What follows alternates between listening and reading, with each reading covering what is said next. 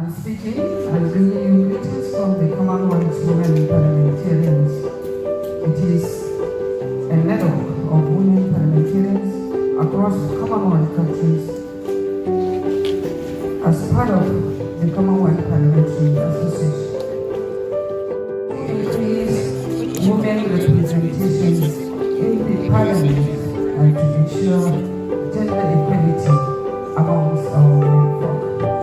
This is the core objective, and today, the theme of this year's International Women's Day underscores the importance of inclusion in achieving gender equality. By so doing, what we are expected in this hall by all women, by all parliamentarians to do is to break barriers, is to create environment for women, is to challenge stereotypes of the underprivileged in our decision-making process is one of the key pillars of women inclusion. Without including them, without considering their opinions, without looking at their price, we cannot achieve gender equality. I just want to stress the point made by the Indonesian ambassador, and equally my very own sister, who almost inspired everybody in the whole SC and Toba. Education is a great pillar. If you go to Borno State, if you see the investment made in education, I'm sure that everybody who must have visited Borno State, including my own deputy speaker, must have seen the schools in Borno State is nowhere close to even schools in London or America. Greatly probable in everything we are doing ends up in development. Because we can talk of women in education, there is poverty of women in everywhere, even in health. Poverty in health is women. Poverty in education is women. Poverty in business is women. Poverty everywhere is women. So anything that is of disadvantage is first women before any other thing. And if you look at it without developing women, there is no way the nation will develop. So today, I have 3 minutes. I would have mentioned the good things about what we are doing in the network. We have almost 180 countries under the CWP. We have almost 17,000 parliamentarians registered in the CWP, and we are working.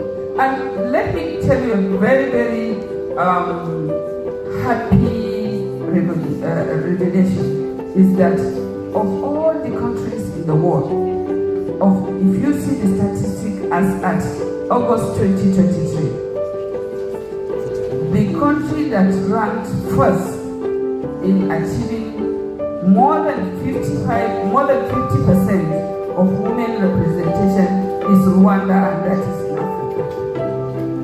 The second, again, you can continue counting Namibia, Tanzania, all of these things, and even in leadership, Africa is leading.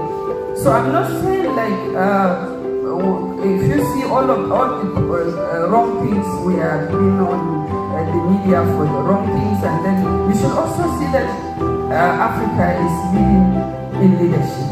So I think I may not say much about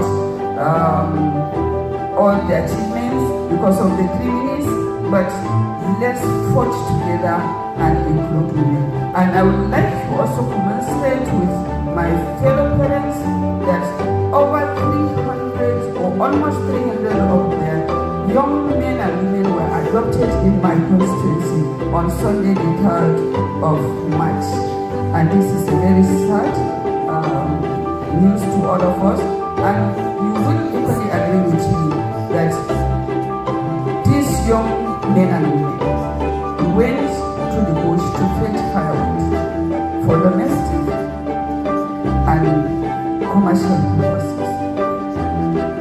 I think the root cause is poverty, is to supplement what His Excellency Governor Babagana Obarazulu is doing for them. He cannot feed everybody in the state. that. So they have to do something to supplement. And in an effort to do that, in fact, they have even made efforts to get themselves together, the 300 of them, as a sense of security to go together and come back. And they have been doing this over time. But Sunday was a dark day for all of them, and they're all adopted. I just hope that we are going to use today's occasion to commensurate with all of them to see that these girls, we can use whatever way we can use, the government, the CSOs, the defense, the security, to ensure that these young men and boys can't stay in the insurgents them for so long. Thank you so much. God bless you all. Thank you very much, Honorable Zainab. Our hearts go out to you.